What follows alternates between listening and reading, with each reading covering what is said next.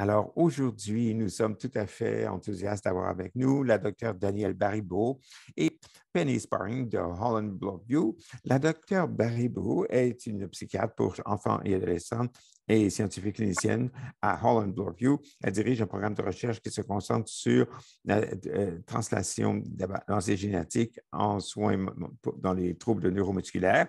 Et Penny Sparling est la travailleuse sociale qui travaille avec l'équipe de dystrophie musculaire à Holland Bloorview. Nous sommes très emballés de vous avoir avec nous et pour partager. Nous allons surveiller le chat pour des questions que vous pourrez avoir et il y aura quelquefois à la fin aujourd'hui aussi pour les questions. Alors, bienvenue à tous. À vous la parole. Merci. Je vais maintenant partager mon écran, les diapos. Voyons si on ne peut pas faire fonctionner ça. Très bien. Alors, on y est. Je suis contente de faire partie de cet appel. Je suis très heureuse que Penny se soit jointe à nous. Je suis Danielle Baribeau, psychiatre pour enfants, pédopsychiatre. Je suis à Holland Bloorview et je ne me concentre pas spécifiquement sur les maladies neuromusculaires, mais je vois des enfants en consultation qui ont différentes équipes, comme celle avec l'équipe de Penny. J'aimerais parler largement d'abord un peu de la santé mentale, comment naviguer dans les ressources et des choses à quoi il faut penser quand on veut appuyer et soutenir les enfants qui ont des complexités médicales là, à mesure qu'ils grandissent. Donc, je vais avancer, à moins que Penny, tu ne veuilles ajouter quelque chose. Non, ça va. Alors, aujourd'hui, nous allons parler de certains types de problèmes de santé mentale qui affectent les enfants. Et je vais vous décrire un peu quels sont les symptômes les plus courants, des choses que vous pouvez voir chez un enfant typique et les choses sur lesquelles on doit garder l'œil. Ensuite, je vais parler de stratégies générales pour appuyer et prévenir les problèmes de santé mentale chez les enfants qui ont des conditions neuromusculaires en utilisant l'expertise de Penny. Nous allons parler un petit peu des choses auxquelles il faut penser quand on cherche de l'aide et demander l'aide. Et je vais essayer de résumer très bien le paysage du système de santé mentale, tout en reconnaissant que c'est compliqué, ça peut être très difficile à naviguer. Parlons donc de problèmes de santé mentale courants chez les enfants. Dans la population générale, sur une période de 6 mois, il y a environ 20 des enfants et jeunes de l'Ontario qui sont touchés par des critères qu'on peut associer à des maladies psychiatriques ou des problèmes de santé mentale. Alors, il y a 5 à 10 des enfants et des jeunes qui vont souffrir de symptômes de dépression qui vont leur nuire. 10 à 15 vont connaître des troubles anxieux. 5 à 10 vont avoir des symptômes de comportement comme troubles d'attention avec déficit d'attention. On sait que les problèmes de santé mentale sont plus élevés chez les enfants qui ont une déficience intellectuelle.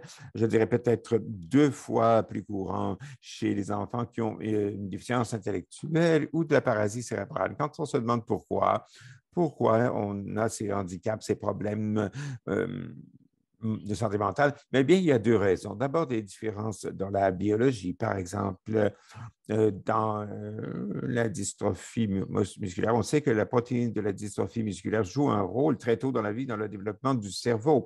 Alors, il se peut que les enfants et les jeunes qui ont certains types de dystrophie neuromusculaire pourraient être plus vulnérables de façon générale à certains symptômes de santé mentale, mais en même temps, on sait aussi que la société a ses règles et ses façons de faire pour assurer des environnements accessibles, des écoles accessibles et d'assurer une possibilité de participation active à tous dans la société. On sait que les enfants qui ont des troubles neuromusculaires ont plus de difficultés et ont plus de problèmes de santé physique également qui peuvent contribuer à une certaine détresse. Alors, la littérature est au plus robuste quand on regarde la dystrophie du chêne, mais les taux de troubles de déficit d'attention, l'autisme et les taux de l'anxiété sont plus élevés. Par contre, les enfants qui sont dans une clinique pour des évaluations de santé mentale ont tendance à présenter ces types de problèmes comme des inquiétudes, de l'anxiété, des difficultés d'apprentissage. Alors, quand on pense aux problèmes de santé mentale les plus courants, les symptômes les plus courants chez les enfants, une chose que j'aimerais dire pour rassurer tout le monde, c'est qu'on n'encourage pas les gens à chercher des problèmes ou à créer des problèmes. Tout le monde a de l'anxiété et tout le monde a des changements d'humeur dans une certaine mesure et ça fait partie de la vie de tous les jours quand on grandit dans l'enfance. Quand on traverse l'enfance. Là où ça devient un problème de santé mentale, c'est lorsque ça nuit, ça fait obstacle au fonctionnement et ça empêche les enfants de profiter de la vie, ça devient des problèmes persistants ou c'est un grand changement par rapport à ce que c'était auparavant. Alors, je vais parler des choses que je vois le plus fréquemment en clinique. Les gens aiment beaucoup parler de l'anxiété et tout le monde a de l'anxiété dans une certaine mesure dans leur vie de tous les jours. Quand on parle par contre de troubles anxieux, ça couvre différents problèmes. C'est un niveau de peur ou un niveau d'évitement, de comportement d'évitement qui nuisent beaucoup, qui font obstacle. Ils ne peuvent pas faire les activités qu'ils veulent faire, ils ne peuvent pas créer les amitiés qu'ils veulent créer, ou c'est associé avec une très grande détresse, des crises de colère, beaucoup de difficultés de ce côté-là. Les points principaux sont la peur et l'évitement. Par exemple, on voit des enfants qui ont des crises de colère et qui s'effondrent dans des situations spécifiques. On se demande si c'est de l'anxiété quelquefois, mais la question qui me revient toujours, c'est est-ce que c'est une peur ou une inquiétude ou quelque chose qu'ils n'aiment pas? Donc, le trouble anxieux, c'est surtout à propos de la peur, l'inquiétude, plutôt que des sensibilités qui mènent à des colères. Pour le trouble déficitaire de l'attention avec hyperactivité, les signes, c'est que les gens sont impulsifs, agités, distraits, n'écoutent pas. Souvent, les enfants qui ont un TDAH se font accuser de ne pas écouter. Alors, ça serait bien de faire un diagnostic pour aider les enfants à avoir des accommodements et pouvoir naviguer dans le système scolaire de sorte que leurs comportements sont plus normalisés. Dépression, c'est pas très courant chez les enfants, c'est plus courant après la puberté, donc chez les adolescents. Et c'est un changement ici. Certains enfants ont une tendance à être toujours un peu plus tristes pendant toute leur vie. Mais quand on parle de dépression ici, on parle d'un changement remarquable à partir de ce que les gens étaient auparavant. Donc, les enfants qui sont beaucoup plus tristes, beaucoup plus irritables qu'auparavant. Et c'est associé avec d'autres symptômes aussi. Et il faut que ça dure pendant 2 semaines ou plus. C'est un petit peu une condition, un critère. Il y a aussi le TOC, le trouble obsessionnel compulsif, ça peut arriver chez les enfants aussi. Une partie de mon travail, c'est de distinguer cela des enfants qui sont un peu difficiles et capricieux.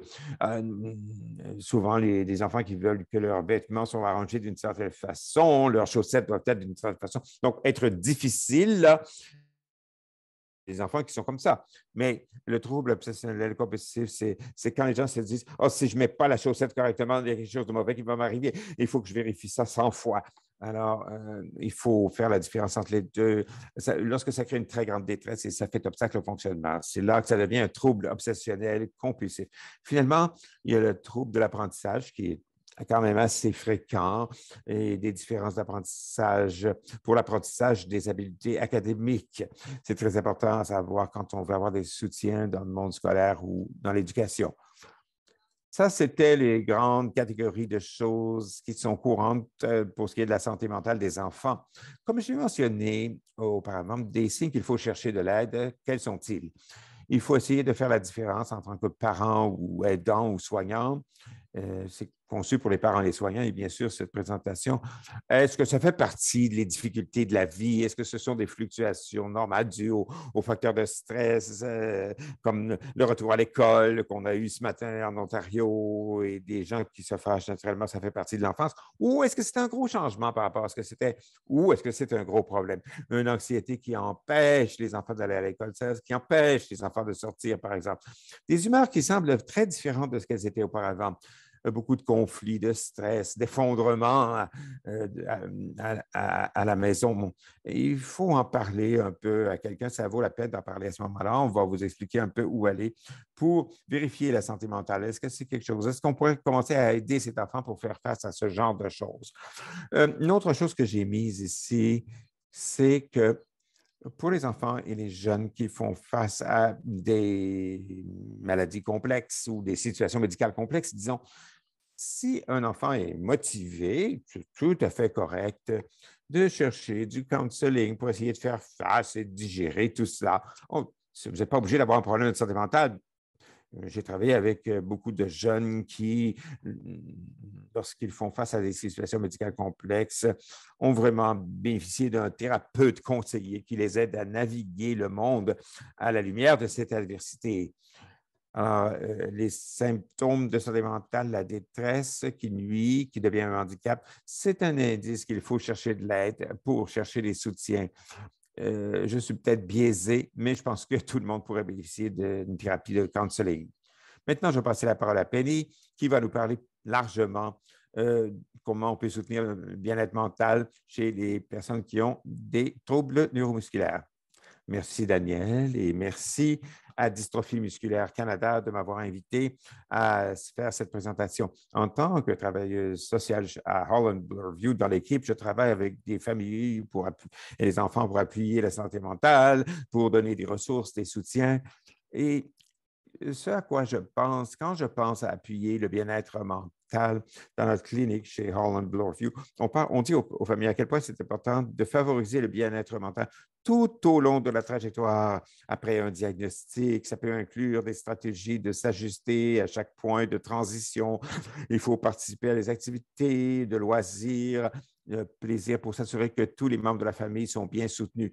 Peu importe que votre jeune ait un diagnostic de santé mentale, comme on en a parlé dans les autres diapos, il y aura toujours des périodes, des hauts et des bas, des périodes de stress, et c'est important de trouver des façons de s'appuyer les uns les autres et d'améliorer la qualité de vie et d'avoir un soutien communautaire également. Cette diapo ici, là, brièvement, je mentionne qu'un point de stress dans la trajectoire, c'est de s'ajuster émotionnellement à un nouveau diagnostic ou même des changements dans le statut médical ou le statut de fonctionnement d'un jeune. Tout le monde réagit différemment à un nouveau diagnostic ou à un changement de fonction.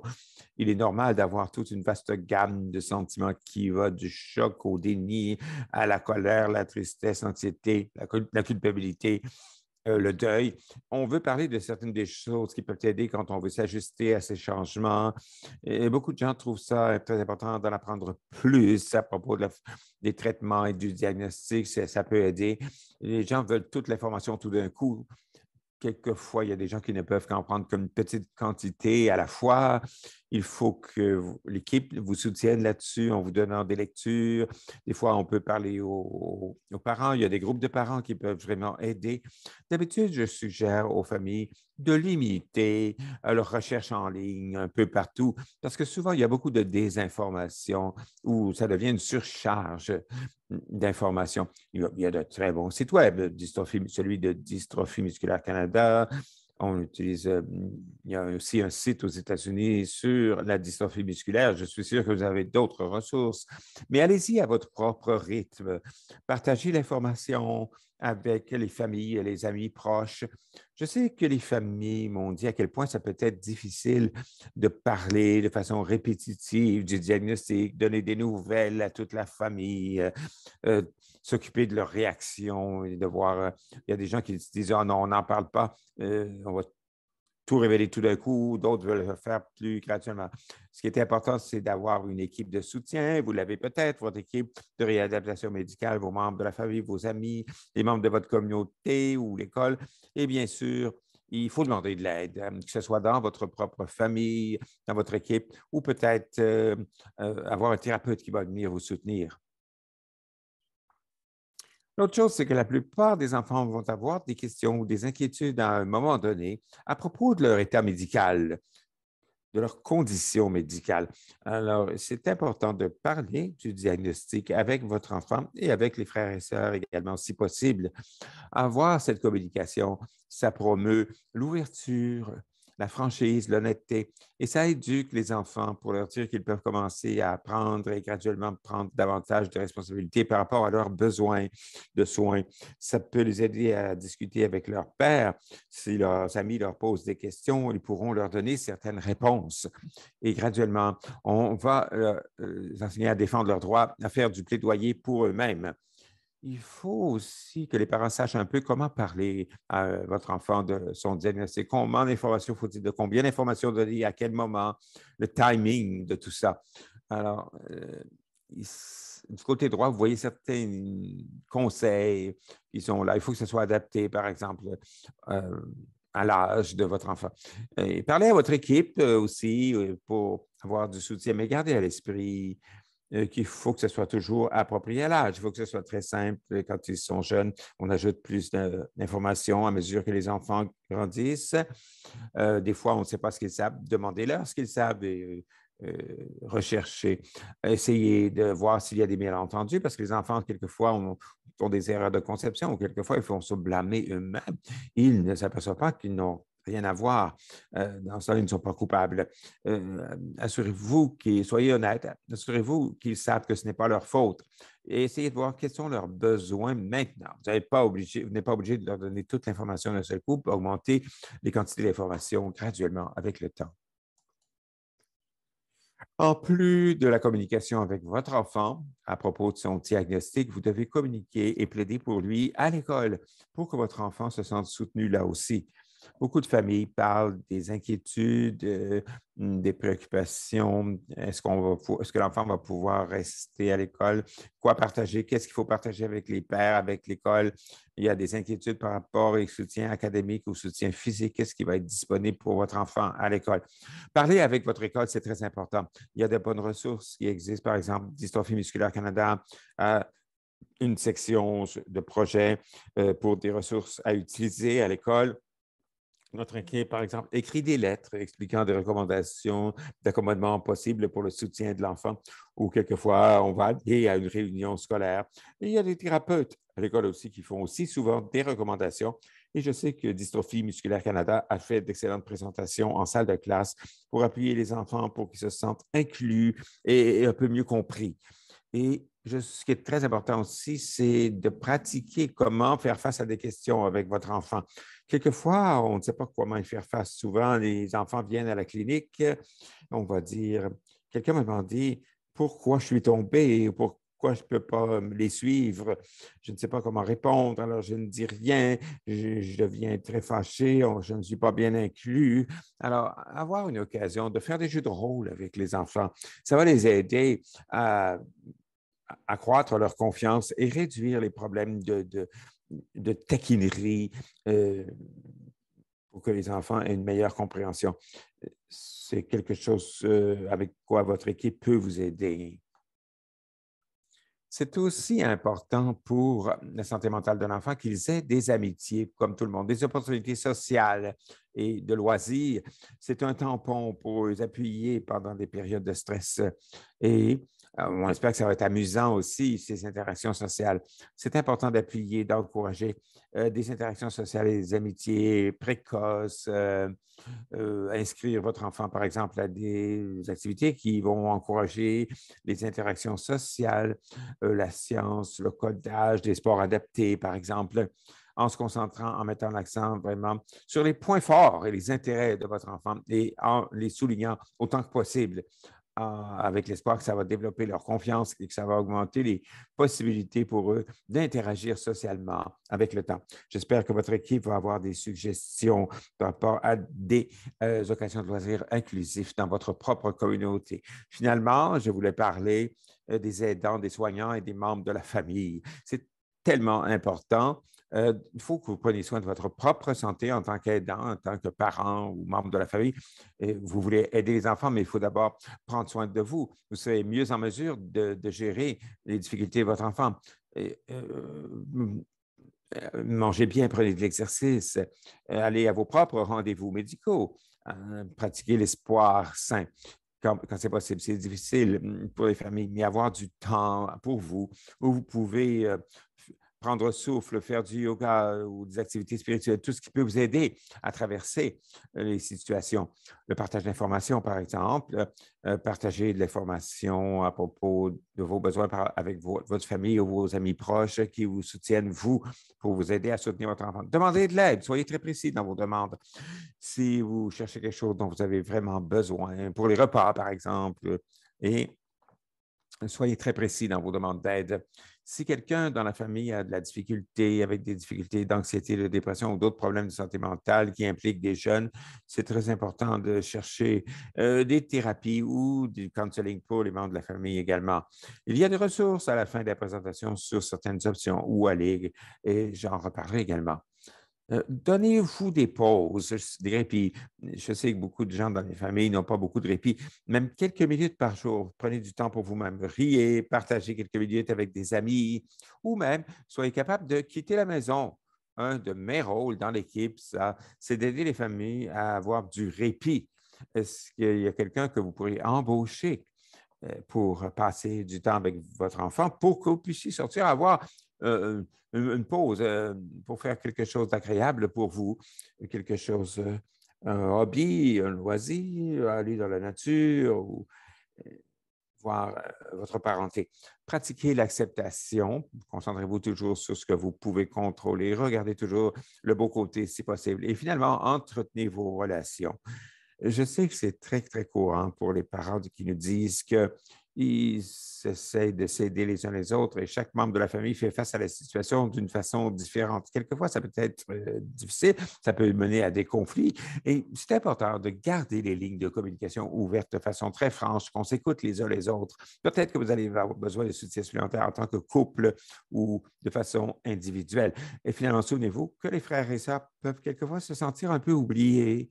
Je sais que c'est difficile parce que vous êtes tellement occupé à vous occuper de l'enfant qui a ses différents rendez-vous médicaux et toutes les autres choses qui surgissent, mais si possible, ayez du temps dédié avec les autres frères et sœurs, de sorte que l'accent ne se prend pas toujours sur l'enfant qui a le problème neuromusculaire.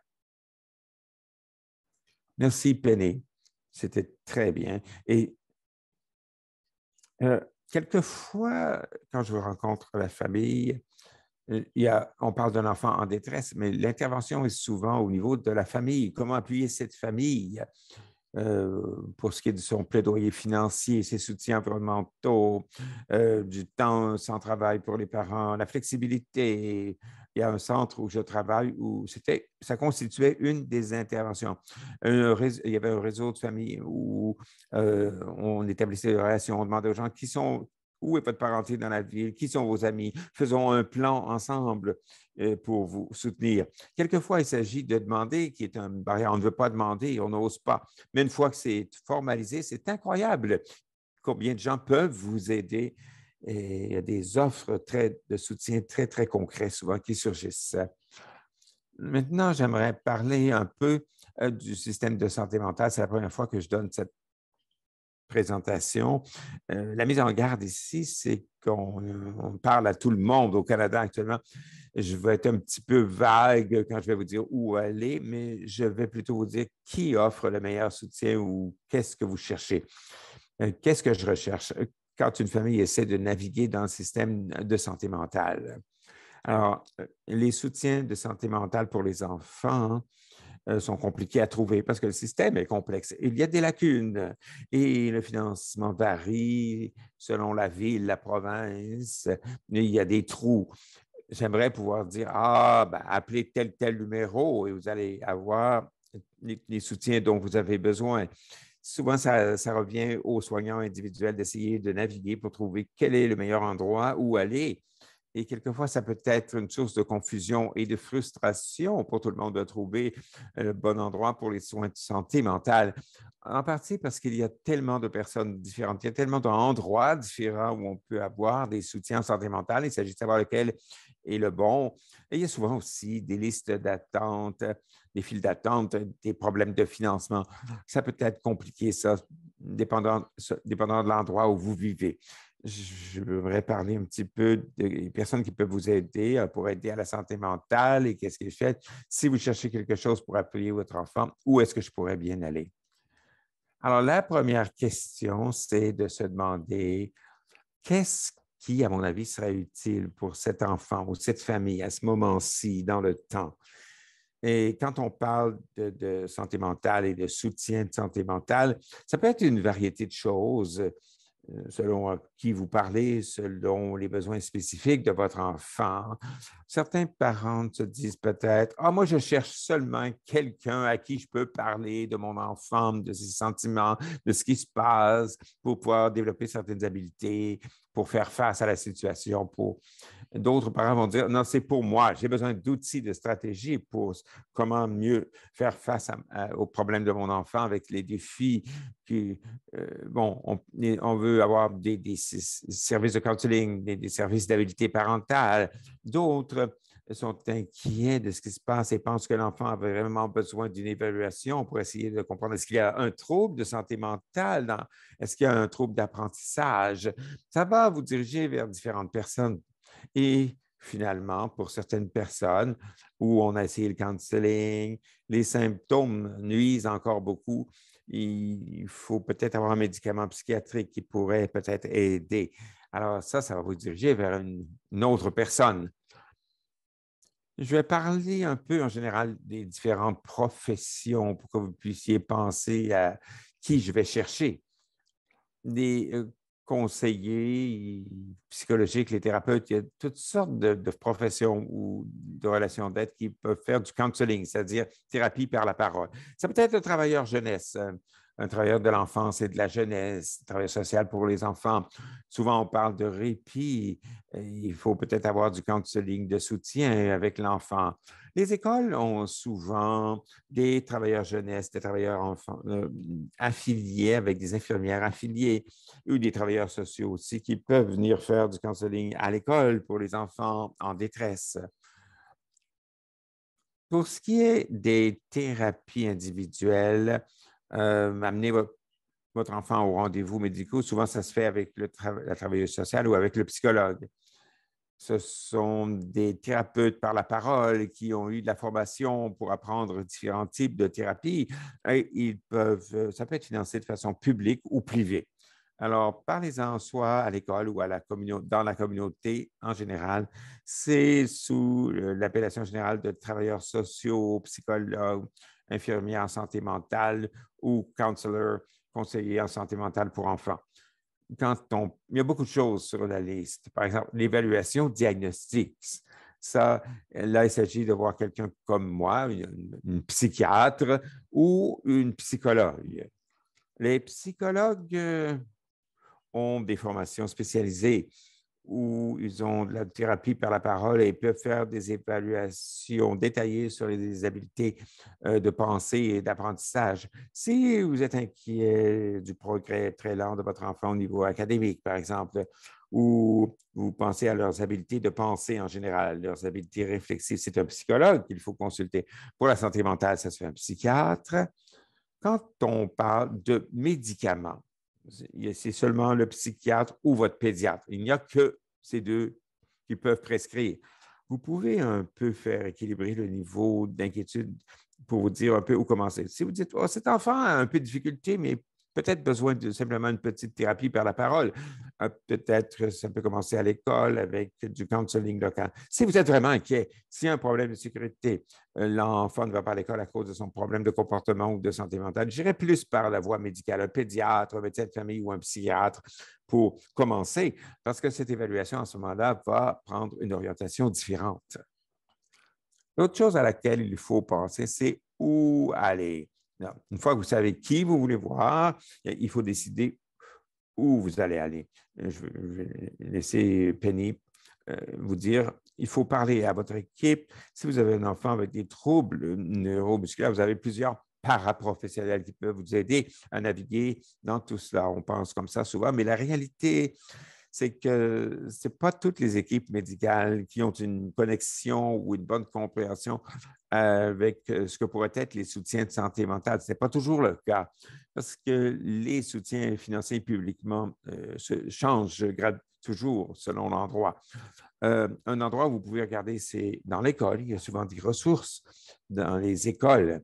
Plusieurs communautés, je connais bien Toronto, je connais un peu mieux l'Ontario et l'Alberta que les autres provinces, mais certains endroits qui ont des pivots, des hubs de santé mentale qui sont régionaux, là, des regardez peut-être dans votre région, quels sont les fournisseurs de services de soutien en santé mentale.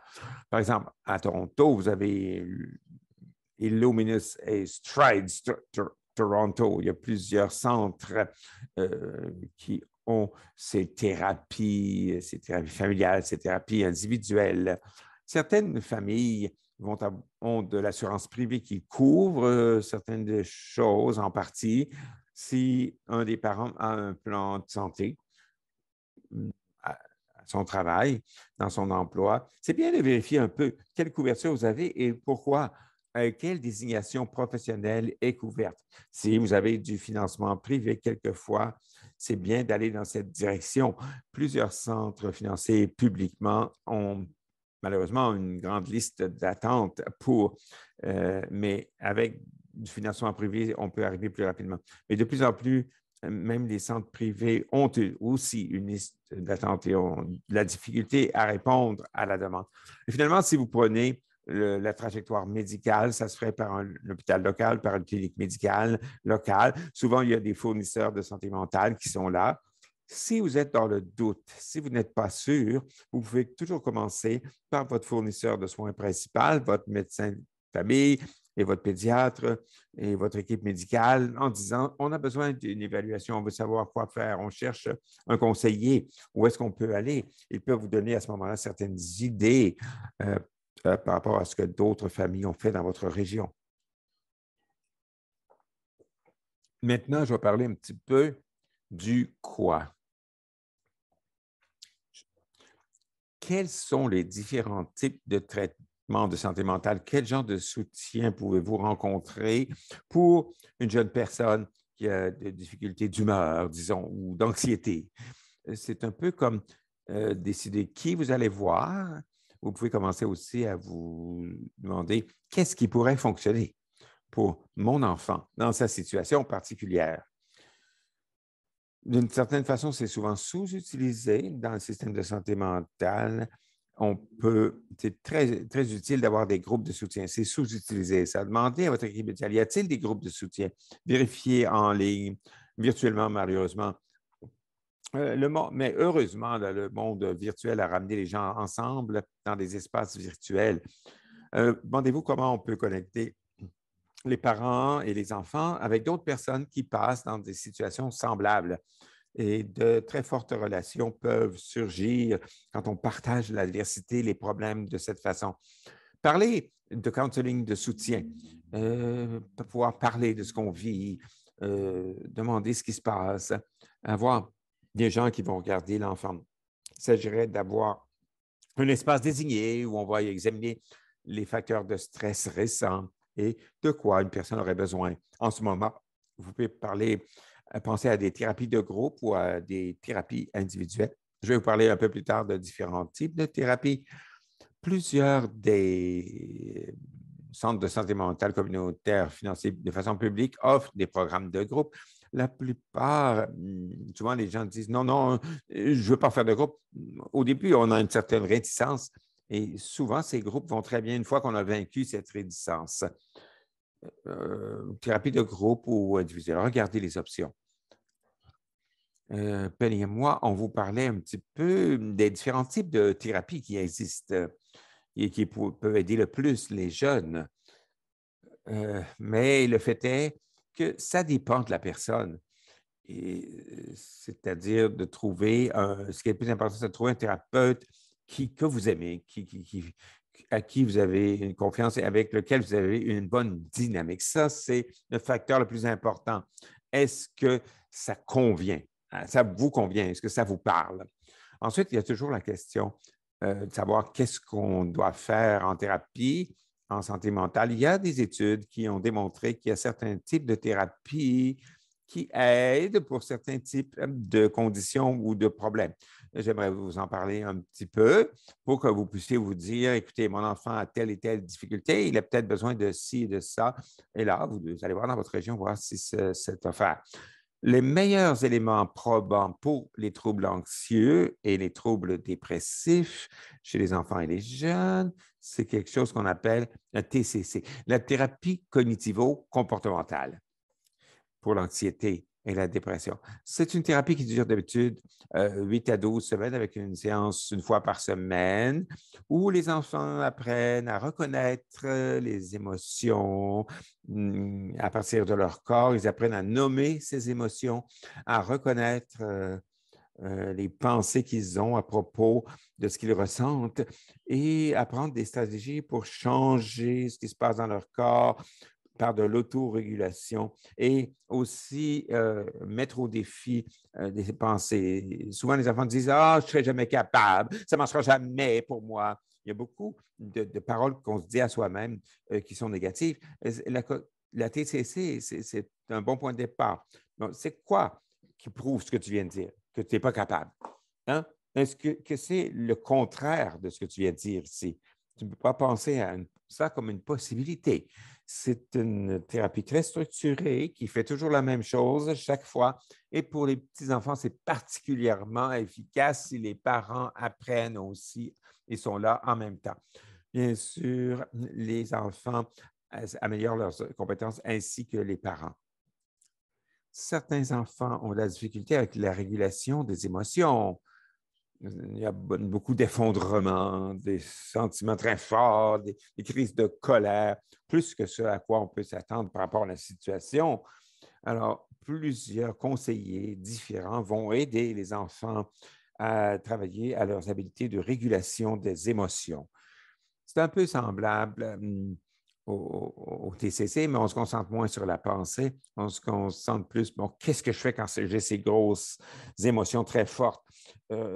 Permettre à votre enfant de traverser ces gros sentiments très forts, avoir une stratégie d'apprentissage et pratiquer comment surmonter ces vagues d'émotions.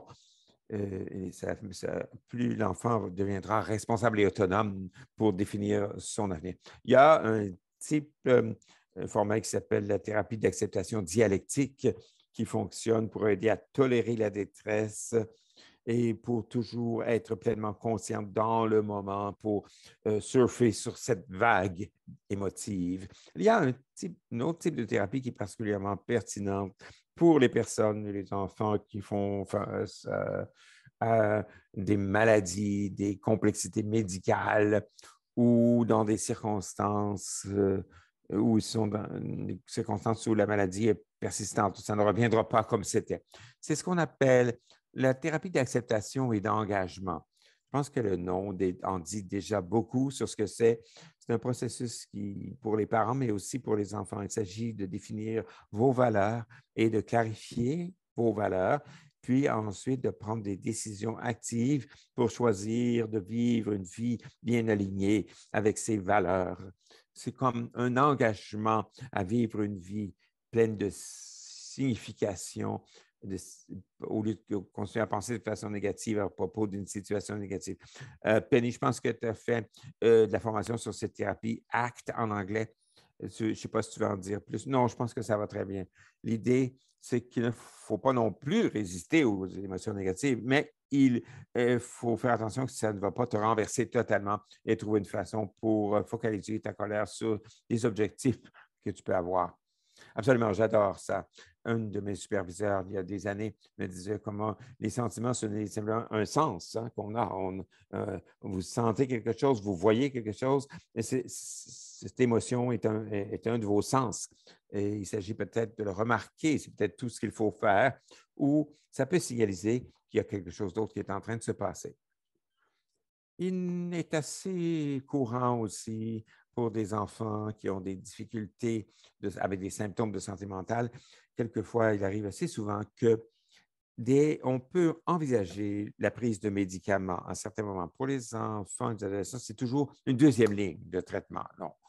D'habitude, on veut d'abord savoir ce qui se passe chez cet enfant, essayer de développer une compréhension, commencer toujours par l'environnement. Qu'est-ce qu'on peut faire dans l'environnement pour appuyer cet enfant et cette famille? D'abord.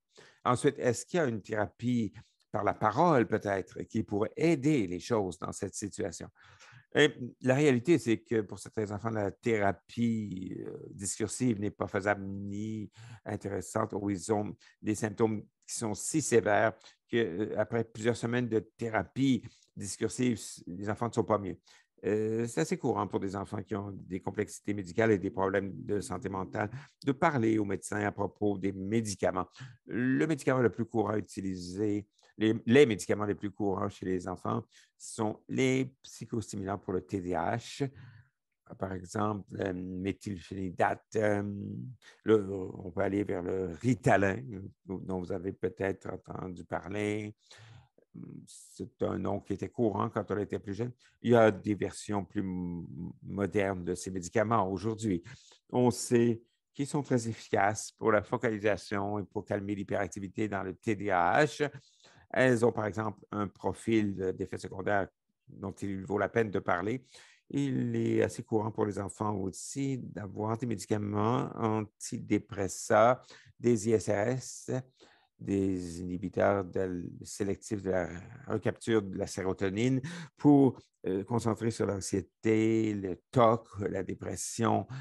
C'est un traitement de deuxième ligne ou même de troisième ligne après la thérapie discursive ou après d'autres interventions ou si les choses sont vraiment assez sérieuses. Il y a certains enfants où c'est tellement sérieux qu'on va faire la thérapie et les médicaments en même temps pour y aller plus vite. Ça a tendance à être assez bien toléré, ces médicaments, mais c'est sûr qu'il faut les prendre chaque jour pendant des semaines avant que ça puisse prendre effet. Ça prend un peu d'engagement. Il faut parler à votre médecin pour savoir si ça a un certain sens. Pour certaines familles qui ont des enfants qui ont des problèmes de santé mentale et des problèmes médicaux en même temps, souvent, on va essayer le mélatonine pour le sommeil. Je n'aime pas les médicaments qu'on prend pendant le sommeil, mais je pense que si vous avez un enfant qui a des difficultés de santé mentale, revenir à la base. Est-ce qu'il dort? Est-ce qu'il mange? Est-ce qu'il se baigne? Est-ce qu'il se lave? Regardez la routine. Est-ce que vous pouvez gérer toutes ces étapes en tant que famille? Revenez aux choses de base. Le sommeil peut faire une si grande différence sur l'autorégulation des personnes. Quelquefois, avant d'essayer les médicaments, je commençais par dire faisons le sommeil pendant un mois ou deux. Travaillons sur le sommeil d'abord pour voir si les choses ne vont pas s'améliorer. Quelquefois, il y a des médicaments sous ordonnance qui peuvent être utilisés pour le sommeil ou pour l'irritabilité ou la dysrégulation émotionnelle. Donc, ça, c'est quelque chose dont un médecin peut vous parler si c'est nécessaire. Maintenant, j'aimerais parler brièvement de l'anxiété parce que c'est un de mes grands intérêts très précis. Comment parler aux parents des enfants qui ont des troubles anxieux? D'abord, il faut se demander comment vous pouvez appuyer votre jeune anxieux de façon parentale. Il y a beaucoup de ressources que j'ai préparées. Je recommande le livre Keys to Parenting Your Anxious Child, les clés parentales. Ce qui arrive, c'est que par inadvertance, souvent, si vous avez un enfant qui a tendance à être plus anxieux, on veut les protéger contre cette anxiété un peu trop. En tant que parent, on va peut-être un peu trop loin et ça empêche l'enfant à ce moment-là de développer l'occasion de faire face à l'adversité.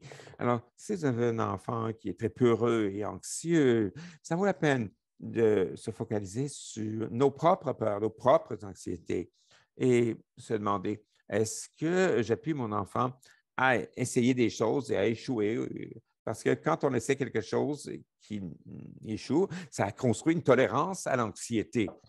Certaines des stratégies dont je parle aux parents, il s'agit de penser beaucoup à l'évitement. L'anxiété. Certaines familles vont me dire, oh, l'enfant ne peut pas retourner à l'école tant que son anxiété ne sera pas améliorée. Ça perpétue, l'évitement va ne faire que perpétuer l'anxiété. Alors, arrêter l'évitement et l'anxiété va souvent se régler. On parle souvent de les préparer au succès et d'anticiper le fait que la transition va être plus difficile pour un jeune anxieux. Alors, retourner à l'école, on sait tous que c'est difficile pour les enfants, mais faire une pause pour les activités de loisirs, les parascolaires pendant une semaine pour que l'enfant puisse prendre une respiration avant d'empiler trop de choses sur son dos. Une autre stratégie, c'est l'externalisation. On demande à l'enfant d'extérioriser l'anxiété. On parle à l'enfant. Ah, j'ai remarqué que tu n'es pas l'air pas mal inquiet. Tu es un petit monstre d'inquiétude là, qui t'a attaqué. On parle à ce moment-là des émotions comme quelque chose qui est séparé de l'enfant et faut éviter la bataille, constater l'anxiété et aborder cette question tout simplement avec l'enfant. Ensuite, on parle des stratégies, stratégies d'adaptation, par exemple la respiration, la pleine conscience. L'important, c'est de les faire à l'avance dans un scénario non anxieux. Il ne faut pas enseigner les habiletés d'adaptation à un enfant qui est totalement perdu en pleine crise. Alors, il faut avoir ces conversations pendant des périodes calmes pour aider les enfants à être soutenus pendant des périodes difficiles. Ensuite, y allez-y graduellement. Encouragez aux enfants de continuer graduellement. Si vous avez un enfant qui est anxieux, qui ne veut pas aller à une grosse fête sans ses parents ou qui ne veut pas aller à un camp de vacances, par exemple, par lui-même, utilisez une version réduite de cette situation qu'on peut essayer de surmonter.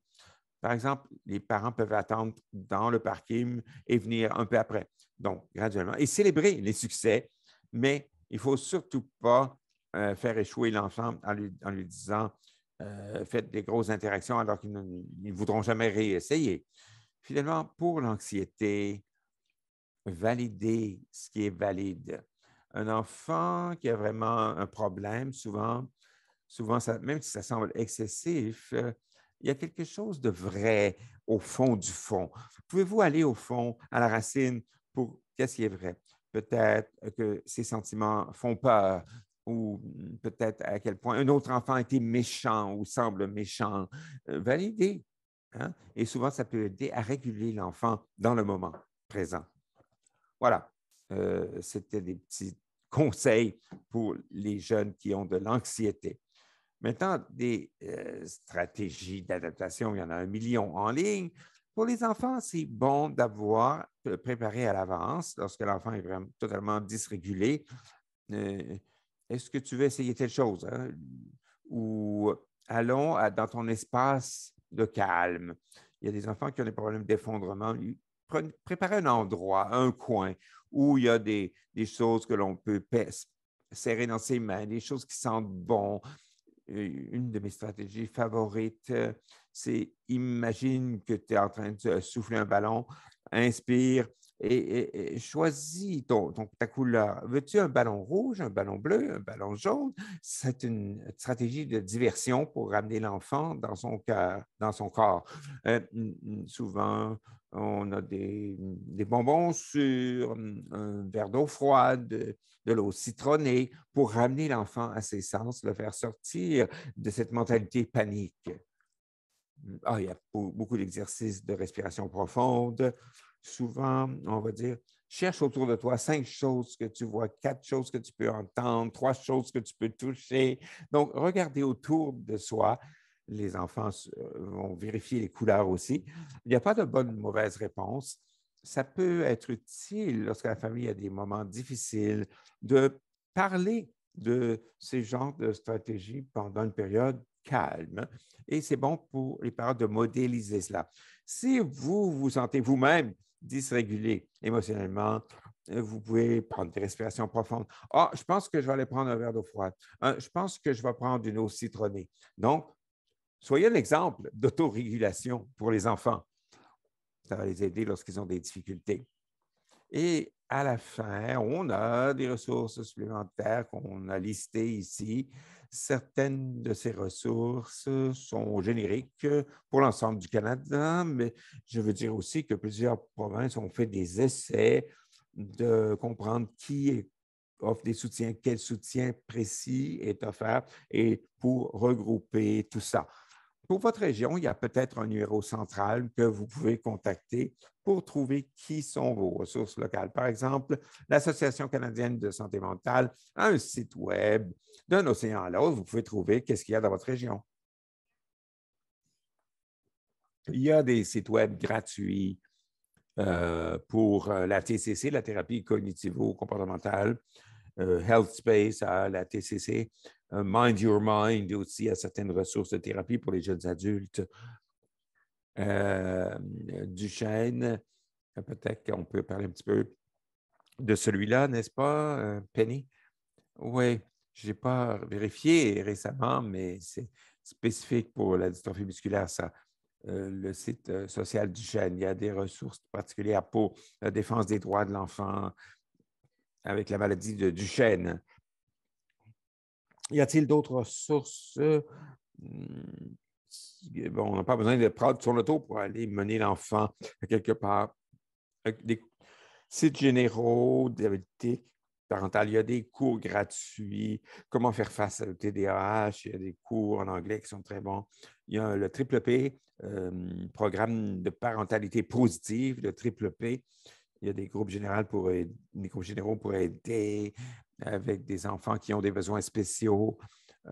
J'ai présenté ça à plusieurs familles qui ont trouvé ça très aidant.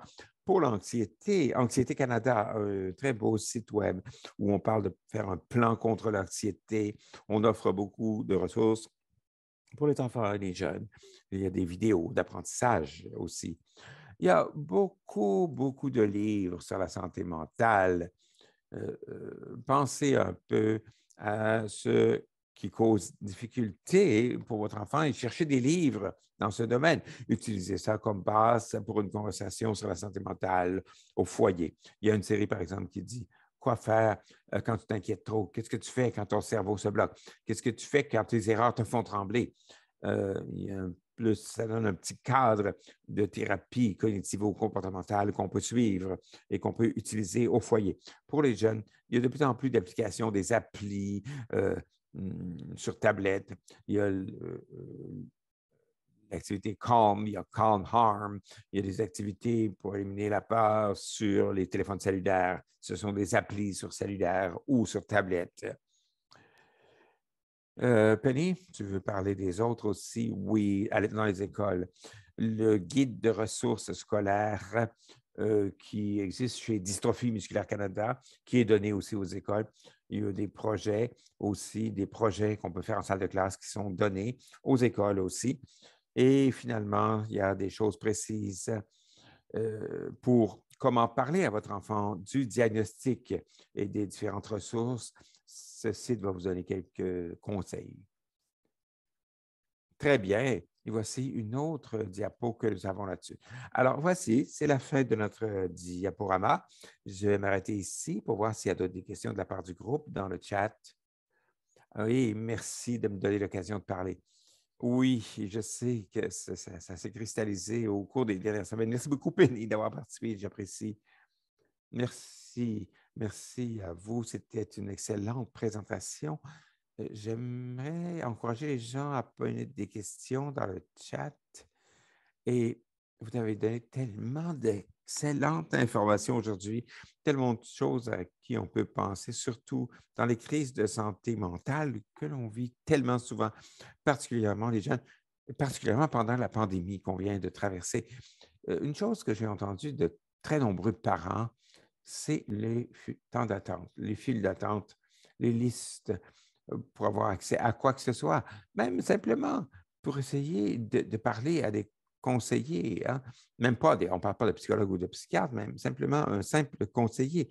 Quel conseil donneriez-vous aux gens qui cherchent, quand il y a toujours des listes d'attente de 6 mois? Vous avez tellement raison. Vous avez tellement raison. C'est un problème réel. Et moi, j'ai fait le calcul récemment. J'ai dit combien ça coûterait pour avoir un counselor pour chaque enfant. Donc, le plaidoyer, c'est pour avoir plus de financement. C'est un gros point. Il y a des systèmes de plaidoyer qui sont très importants. Je pourrais en parler pendant des heures. Et au niveau individuel, je pense qu'on peut se sentir impuissant quand on se fait dire qu'il y a une liste d'attente de 6 mois. On se sent totalement démuni. Il y a des messages qui disent prends une bonne respiration et attends de voir cette personne. Et je me dis, je ne pense pas que j'ai de solution à vous proposer.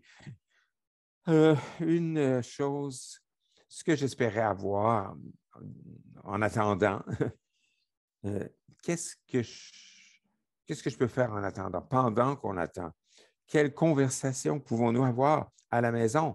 Et quelles sont les ressources d'aide qu'on peut essayer?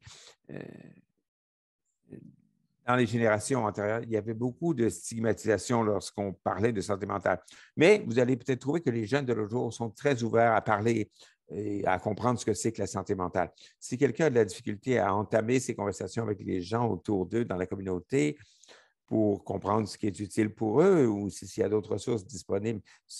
L'autre chose, c'est la sécurité, évaluation de sécurité. S'il y a une inquiétude de sécurité, n'ayez pas peur d'insister. Voyez votre médecin de famille, parlez-en.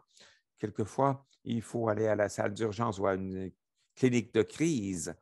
Est-ce qu'on peut attendre ou si on a besoin de voir quelqu'un tout de suite? Ça peut prendre un certain nombre d'appels avant de pouvoir naviguer tous ces systèmes. Merci, merci.